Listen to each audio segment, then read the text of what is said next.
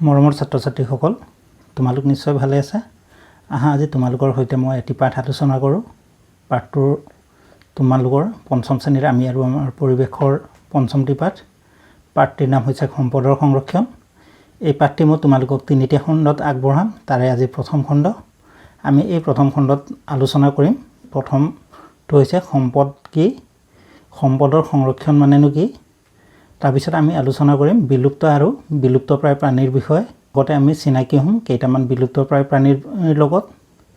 তাৰ ভিতৰত ডাইনছৰ আৰু দ'দ চৰাইৰ উন্নত বনাঞ্চল ধ্বংসৰ কাৰণ আৰু জীৱ জগতৰ ওপৰত এই বনাঞ্চল ধ্বংসৰ অসমৰ কেইটামান বিলুপ্তপ্ৰায় প্ৰাণীৰ লগত। আহা তেন্তে আমি পলম নকৰি পাঠটোলৈ আগুৱাই যাওঁ। প্ৰথমতে আমি জানি লওঁ সম্পদনো কি। তোমালোকে ইতিমধ্যে প্ৰাকৃতিক সম্পদ কাক কয় বা প্ৰাকৃতিক সম্পদৰো শ্ৰেণী বিভাজনৰ বিষয়ে কিছু কথা অৱগত হৈ আছে। যিবোৰ বস্তু মানুহে নিজৰ প্ৰয়োজন পূৰণ কৰিবৰ বাবে ব্যৱহাৰ কৰে সেই বস্তুবোৰকে আমি কি বুলি কওঁ, সম্পদ বুলি কওঁ। এতিয়া তোমালোকে যদি এই ছবিখনলৈ চোৱা, ইয়াত আমি বিভিন্ন ধৰণৰ প্ৰাণী দেখিছোঁ, গছ গছনি দেখিছোঁ, লগতে আমি সৌৰ শক্তি, বায়ু শক্তি আদি সকলো দেখিছোঁ। এই সকলোবোৰে মানুহে নিজৰ প্ৰয়োজন পূৰণৰ বাবে ব্যৱহাৰ কৰে। গতিকে এই সকলোবোৰে আমাৰ বাবে সম্পদ। সম্পদ বুলি ক'লে এই কথাটোৱে জানিব লাগিব যে অকল প্ৰকৃতি আমাৰ বাবে সম্পদ নহয়, মানুহো আমাৰ বাবে সম্পদ হ'ব পাৰে বা আমাৰ চাৰিওফালে থকা বিভিন্ন জীৱ জন্তু এইবোৰো আমাৰ বাবে সম্পদ হ'ব পাৰে। সম্পদৰ সংৰক্ষণ মানেনো কি? তোমালোকে নিশ্চয় জানা, মানুহে নিজৰ প্ৰয়োজন পূৰণৰ বাবে আমাৰ প্ৰকৃতিৰ বুকুত বিভিন্ন ধৰণে আঘাত হানে। আমাৰ চাৰিওফালে আজিকালিতো বিভিন্ন ধৰণৰ মেচিন দেখি পোৱা, সেই মেচিনৰ সহায়ত কি কৰে, গছ গছনিবোৰ কাটে, হয়নে? এইবোৰে কি কৰিছে, আমাৰ বনাঞ্চলসমূহ ধ্বংস কৰি আহিছে। লগত এই বনাঞ্চল ধ্বংস কৰাৰ ফলত কি হৈছে, বন্যপ্ৰাণীসমূহৰ বাবে যিখিনি আৱাসস্থল আছিল সেই আৱাসস্থল নোহোৱা হৈ গৈছে। লগতে আমি সহজতে পোৱা বন্যপ্ৰাণীবোৰকো মাৰি ফুৰিছোঁ, পাহাৰ কাটি ফুৰিছোঁ, বিভিন্ন ধৰণৰ জলাশয় আদি পুতি সেইবোৰৰ ঠাইত ডাঙৰ ডাঙৰ অট্টালিকা বা ঘৰ আদি সাজিছোঁ। যাৰ ফলত কি হৈছে, আমাৰ প্ৰকৃতিৰ যি ভাৰসাম্য অৱস্থা আছিল সেই ভাৰসাম্য অৱস্থাবোৰ দিনক দিনে নাইকিয়া হৈ গৈছে। এইকাৰণে আমি কি হ'ব লাগিব, আমাৰ যিখিনি প্ৰয়োজনীয় বস্তু বা আমি যিবোৰ সম্পদ পাইছোঁ সেই সম্পদবোৰ ব্যৱহাৰ কৰাৰ ক্ষেত্ৰত কিছু সাৱধান হ'ব লাগিব। আমি যেতিয়া প্ৰয়োজন হয় বা যিমান প্ৰয়োজন হয় ঠিক সিমানখিনিহে ব্যৱহাৰ কৰিবলৈ শিকিব লাগিব আৰু বাকীখিনি আমি ভৱিষ্যতৰ বাবে বা আমাৰ পিছৰ প্ৰজন্মৰ বাবে সাঁচি ৰাখিবলৈ শিকি ল'ব লাগিব। তোমালোকে শ্লাইডত দেখিছা, ভৱিষ্যতৰ বাবে আঁচনি কৰি সম্পদৰ যথাযোগ্য ব্যৱহাৰ আৰু সঞ্চয় কৰাই হৈছে সম্পদৰ সংৰক্ষণ। অৰ্থাৎ আমি এই যিখিনি আমি সম্পদ পাইছোঁ সেই সম্পদখিনি আমি কিদৰে ব্যৱহাৰ কৰিলে ভৱিষ্যতৰ বাবেও এই সম্পদখিনি থাকি যাব বা ইয়াক আমি বচাই ৰাখিব পাৰিম, তাৰ যি পৰিকল্পনা বা আঁচনি, সেই আঁচনিয়ে হৈছে সম্পদৰ সংৰক্ষণ। আন এটি বিষয়লৈ আগবাঢ়ো। বিষয়টি হৈছে বিলুপ্ত আৰু বিলুপ্তপ্ৰায় বা বিপন্নপ্ৰায় প্ৰাণী।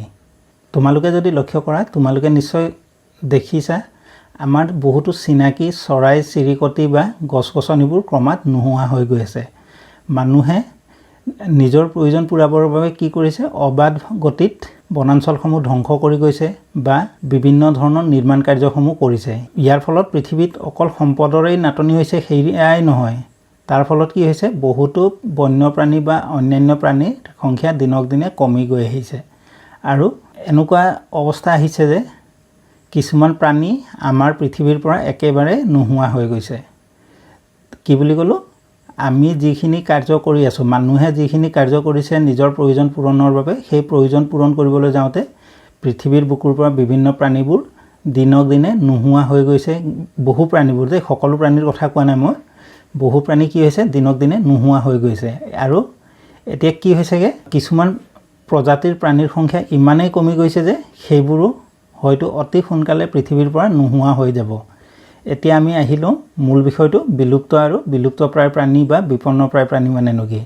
যিবোৰ প্ৰাণী আমাৰ পৃথিৱীৰ পৰা একেবাৰে নোহোৱা হৈ গ'ল বা পৃথিৱীৰ পৰা একেবাৰে হেৰাই গ'ল, সেই প্ৰাণীবোৰকে আমি কি বুলি কওঁ, বিলুপ্ত প্ৰাণী বুলি কওঁ। যিবোৰ প্ৰাণী বৰ্তমান পৃথিৱীত একেবাৰে দেখা পোৱা নাযায় বা নায়েই, সেই প্ৰাণীবোৰেই কি আমাৰ বাবে বিলুপ্ত প্ৰাণী। আনহাতে যিবোৰ প্ৰাণী আছে কিন্তু যাৰ সংখ্যা দ্ৰুত গতিত কমি গৈ আছে, মানে একেবাৰে নোহোৱা হ'ব ধৰিছে, সেই প্ৰাণীবোৰক আমি কি বুলি কওঁ, বিপন্নপ্ৰায় বা বিলুপ্তপ্ৰায় প্ৰাণী বুলি কওঁ।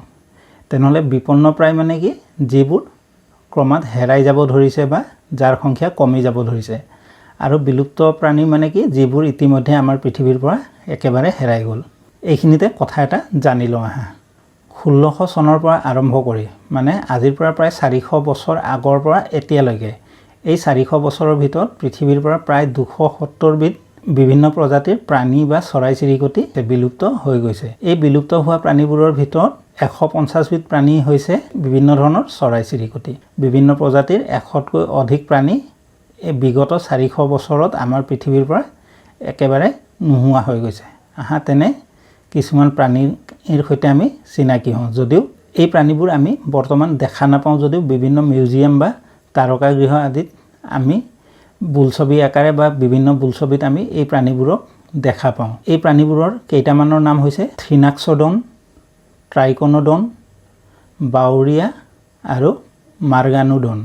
থ্ৰিনাক্সডন, ট্ৰাইকনডন, বাউৰিয়া আৰু মাৰ্গানুডন। এতিয়া আমি জানো আহা ডাইনছৰৰ বিষয়ে। তোমালোকে এই ছবিত যে এটা প্ৰাণী দেখিছা, এই প্ৰাণীটো বৰ্তমান আমাৰ পৃথিৱীত নাই। এই ডাইনছৰৰ বিষয়ে জনাৰ আগতে আমি আৰু কিছু কথা জানি লওঁ আহা। বহু বছৰ আগতে আমাৰ পৃথিৱীত অতি বৃহৎ আকাৰৰ কিছুমান প্ৰাণীৰ লগতে আন সৰু সৰু কিছুমান প্ৰাণীৰ বসতি আছিল। আমাৰ পৃথিৱীখনত বহুতো ডাঙৰ ডাঙৰ প্ৰাণীৰ লগতে আন কিছুমান সৰু সৰু প্ৰাণীৰ বাসস্থান আছিল। এই প্ৰাণীবোৰৰ কিছুমান কি হৈছিলে প্ৰাকৃতিক কাৰণত, মানে প্ৰকৃতিত হোৱা বিভিন্ন ধৰণৰ ঘটনা যেনে ধৰা ভূমিকম্প হওক বা আগ্নেয়গিৰিৰ উদগীৰণ, ধুমুহা বতাহ আদিৰ ফলতেই হওক বা কিছুমানে সিহঁতৰ প্ৰয়োজন হোৱা খাদ্যৰ অভাৱত আমাৰ পৃথিৱীৰ পৰা একেবাৰে নোহোৱা হৈ গ'ল। তেনেদৰে বিলুপ্ত হোৱা প্ৰাণীবোৰৰ ভিতৰত এটা হৈছে ডাইনছৰ। এই ডাইনছৰৰ কেইবাটাও প্ৰজাতি আছিল। এই প্ৰাণীবোৰে সিহঁতৰ বাবে জীয়াই থকাৰ যি পৰিৱেশ, সিহঁতক জীয়াই থাকিবৰ বাবে যি উপযুক্ত পৰিৱেশৰ প্ৰয়োজন আছিল, সেই পৰিৱেশ নোহোৱাৰ বাবেই আমাৰ পৃথিৱীৰ পৰা একেবাৰে নোহোৱা হৈ থাকিল বা বিলুপ্ত হৈ থাকিল। এতিয়া আমি জানি লওঁ হা এটা চৰাইৰ বিষয়ে আৰু এবিধ গছৰ বিষয়ে। চৰাইৰ নামটো হৈছে দদ চৰাই আৰু গছবিধৰ নাম হৈছে কেলভেৰিয়া মেজৰ। চৰাইৰ নামটো কি বুলি ক'লোঁ? দদ চৰাই আৰু গছবিধৰ নাম হৈছে কেলভেৰিয়া মেজৰ। তোমালোকে যে এই ছবিত সাগৰৰ মাজত এটুকুৰা ঠাই দেখিছা, সেই ঠাইটো আমাৰ ভাৰত মহাসাগৰৰ মাজত অৱস্থিত। এই ঠাইটোৰ নাম হৈছে মৰিচাছ নামৰ এটা দ্বীপ। যদিও দ্বীপ, এই এখন দ্বীপ ৰাষ্ট্ৰ। এই দ্বীপ ৰাষ্ট্ৰত আজিৰ পৰা বহু বছৰ আগত এবিধ চৰাই পোৱা গৈছিল। চৰাইৰ নামটো আছিল দদ। তোমালোকে নিশ্চয় এই ছবিত দেখিছা। এই ছবিত দেখাত যিটো চৰাই, সেই চৰাইৰ কি আছিল? ডেউকাবোৰ অতি সৰু সৰু আছিল। তোমালোক সকলোৱে জানা চৰাইবোৰে কি কৰে? উৰিবৰ বাবে চৰাইক ডেউকাৰ প্ৰয়োজন হয়। কিন্তু যিহেতু এই চৰাইৰ ডেউকাবোৰ সৰু আছিল বাবে ইহঁতে উৰিব পৰা নাছিল। আৰু ইহঁতৰ গাৰ আকাৰ যিমান ডাঙৰ আছিল, সেইটো মতে সিহঁতৰ ঠেংবোৰ অতি সৰু আছিল। ইহঁতৰ গা অনুসৰি ইহঁতৰ ঠেংবোৰৰ আকাৰ সৰু আছিল। সেইবাবে কি হৈছিল? এই চৰাইবোৰে বেগাই দৌৰিবও পৰা নাছিল। অৰ্থাৎ ইহঁতে উৰিবও নোৱাৰিছিল বা বেগাই দৌৰিব নোৱাৰিছিল। আজিকালি যে দেখা বতা চৰাই, সেই বতা চৰাইও কি কৰে? বেছি দৌৰিবও নোৱাৰে বা বেছি দূৰলৈ উৰি যাব নোৱাৰে। ঠিক সেইদৰে এই দদ চৰাইও কি আছিল? উৰি যাব নোৱাৰে বা বেছি বেগাই দৌৰিবও পৰা নাছিল। মৰিচাছ বুলি যে দেশখনৰ কথা ক'লোঁ, সেই মৰিচাছত এবিধ গছ পোৱা গৈছিল। সেই গছবিধৰ নাম আছিল কেলভেৰিয়া মেজৰ।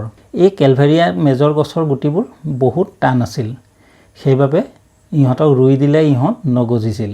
কি বুলি ক'লোঁ? এই গছৰ গুটিবোৰ অতি টান আছিল বাবে ইহঁতক ৰুই দিলে ইহঁত নগজিছিল। কিন্তু এই দদ চৰাই বুলি যে ক'লোঁ, এই দদ চৰাইবোৰে আকৌ কি কৰিছিল? কেলভেৰিয়া মেজৰ গছৰ গুটিবোৰ খাই ভাল পাইছিল। ইহঁতে সেই গুটিবোৰ খাই যেতিয়া সিহঁতে তাক বিস্তাৰ আকাৰেৰে উলিয়াই দিছিল, সেই গুটিবোৰ অতি সহজতে গজিছিল। সেইবাবে কি হৈছিল? সেই মৰিচাছ দ্বীপত এই কেলভেৰিয়া মেজৰ গছো যথেষ্ট পৰিমাণে পোৱা গৈছিল। আগৰ দিনত বেহা বেপাৰ আদি সাগৰৰ মাজেদি কৰা হৈছিল। আৰু সাগৰৰ মাজেদি ডাঙৰ ডাঙৰ জাহাজ আদি লৈ যেতিয়া বেহা বেপাৰ কৰিবলৈ মানুহ আৰু নাবিকবোৰ আহিছিলে, তেওঁলোকে মাজে মাজে কিছুমান ঠাইত জিৰণি লৈছিল। আৰু মৰিচাছ দ্বীপত যিবোৰ নাবিকে জিৰণি লৈছিলে, তেওঁলোকে এই চৰাইবোৰ মাৰি খাদ্য হিচাপে খাব ধৰিলে। যিহেতু এই চৰাইবোৰ আগতে মই কৈছিলোঁ দৌৰিবও নোৱাৰিছিল বা উৰিবও নোৱাৰিছিল, সেইবাবে এইবোৰক মাৰিবলৈ অতি সহজ আছিল। এই যে নাবিকবোৰ আহিছিল বা বিভিন্ন বেহা বেপাৰৰ বাবে মানুহবোৰ আহিছিলে, তেওঁলোকে যিমান প্ৰয়োজন তাতকৈ বেছি দৰ্জ চৰাই খাদ্য হিচাপে খাবৰ বাবে মাৰি ফুৰিছিল। তাৰ ফলত কি হ'ল, এসময়ত মৰিচাছ দ্বীপৰ পৰা এই দদ চৰাই একেবাৰে নোহোৱা হৈ গ'ল। ইয়াৰ ফলত কি হ'ল, এই যে কেলভেৰিয়া মেজৰ নামৰ গছৰ গুটি, যি এই দদ চৰাই খাই বীজটা ৰূপত উলিয়াই দিছিল, এই কেলভেৰিয়া মেজৰ গছৰ গুটিবোৰো নগজা হৈ থাকিল। তাৰ ফলত কি হ'ল, অকল দদ চৰাই পৃথিৱীৰ পৰা নোহোৱা হ'ল এনে নহয়, এই কেলভেৰিয়া মেজৰ সেই গছবোৰো পৃথিৱীৰ পৰা একেবাৰে নোহোৱা হৈ গ'ল বা হেৰাই গ'ল, বিলুপ্ত হৈ গ'ল। আমি এতিয়া বনাঞ্চল ধ্বংসৰ কাৰকসমূহৰ বিষয়ে জানি লওঁ। বনাঞ্চল ধ্বংসৰ বিভিন্ন কাৰকসমূহৰ ভিতৰত অন্যতম কেইটামান কাৰকবোৰ হৈছে জনসংখ্যা বৃদ্ধি, নিৰ্মাণ কাৰ্য, পাহাৰ কাটি পথ নিৰ্মাণ কৰা, তৃণভূমি ধ্বংস আৰু বিভিন্ন ধৰণৰ জলাশয় আদি পুতি পেলোৱা কাৰ্য। এইসমূহে হৈছে বনাঞ্চল ধ্বংসৰ মুখ্য কাৰণসমূহ। জীৱ জগতৰ ওপৰত বনাঞ্চল ধ্বংসৰ প্ৰভাৱসমূহৰ বিষয়ে আমি জানি লওঁ। প্ৰথমতে আমি এই কথাই জানি লওঁ যে জনসংখ্যা বৃদ্ধিৰ ফলত মানুহৰ খাদ্য, বস্ত্ৰ আৰু বাসস্থানৰ প্ৰয়োজনীয়তা দিনক দিনে বৃদ্ধি পাই আহিছে।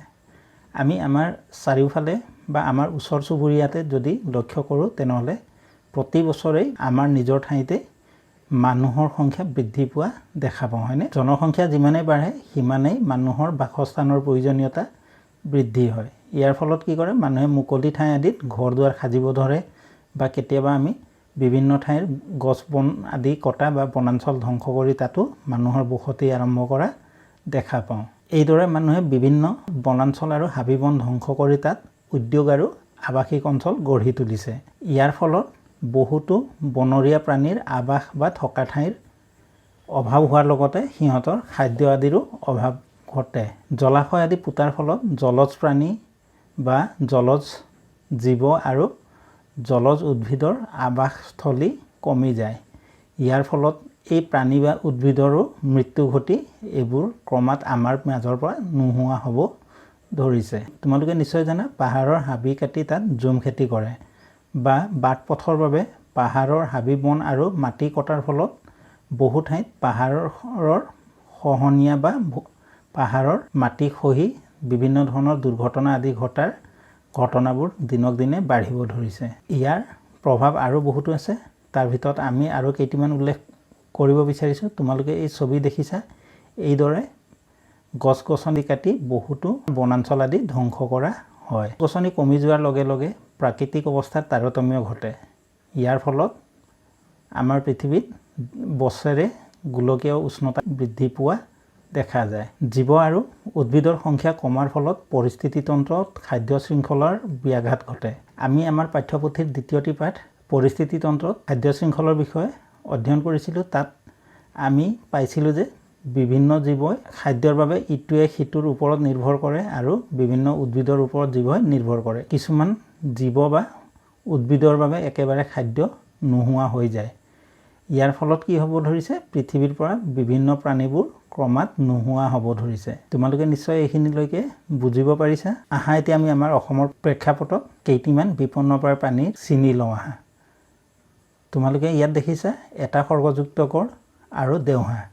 এই দুটা হৈছে অসমৰ ৰাজ্যিক পশু আৰু পক্ষী। এই দেওহাঁহ আৰু এশিঙীয়া গড়ক যদি আমি উপযুক্ত সংৰক্ষণৰ ব্যৱস্থা নকৰোঁ, তেনেহ'লে ই অতি সোনকালে আমাৰ মাজৰ পৰা নোহোৱা হোৱাৰ সম্ভাৱনা প্ৰকট হৈ পৰিছে। ঠিক সেইদৰে আমি নলগাহৰি বা বনৰীয়া ম'হ, এইবোৰো আমাৰ অসমৰ জৈৱিক সম্পদ। এই জৈৱিক সম্পদবোৰো আমাৰ পৰা ক্ৰমাৎ নোহোৱা হ'ব ধৰিছেহি। সেইদৰে আমি লাজুকী বান্দৰ, সোণালী বান্দৰ, কাছ, এইবোৰৰ সংখ্যা ক্ৰমাৎ কমি যাব ধৰিছে।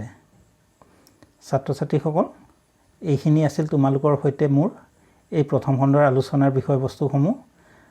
অহা সংখ্যাত আমি আলোচনা কৰিম বন্যপ্ৰাণীৰ আৱাসস্থলীত থাকিবলগীয়া উপাদানসমূহৰ বিষয়ে, জৈৱ বৈচিত্ৰ্য মানে কি, অভয়াৰণ্যসমূহ, ৰাষ্ট্ৰীয় উদ্যান আৰু উদ্ভিদ উদ্যানৰ বিষয়ে আমি আলোচনা কৰিম, অসমৰ কেইটামান ৰাষ্ট্ৰীয় উদ্যান আৰু অভয়াৰণ্যৰ বিষয়ে আৰু তাত পোৱা উল্লেখযোগ্য প্ৰাণীৰ বিষয়ে। আশা কৰোঁ তোমালোক এই প্ৰথম খণ্ডত মই যিখিনি বিষয়ে আলোচনা কৰিলোঁ সেইখিনি ভালদৰে বুজিব পাৰিছা। যদি বুজি পোৱা নাই, তোমালোকে পুনৰ এই ভিডিঅ'টো চাবা আৰু ঘৰৰ বয়োজ্যেষ্ঠ বা ওচৰৰ কোনোবা বিজ্ঞজনৰ সহায়ত বুজি পাবলৈ যত্ন কৰিবা।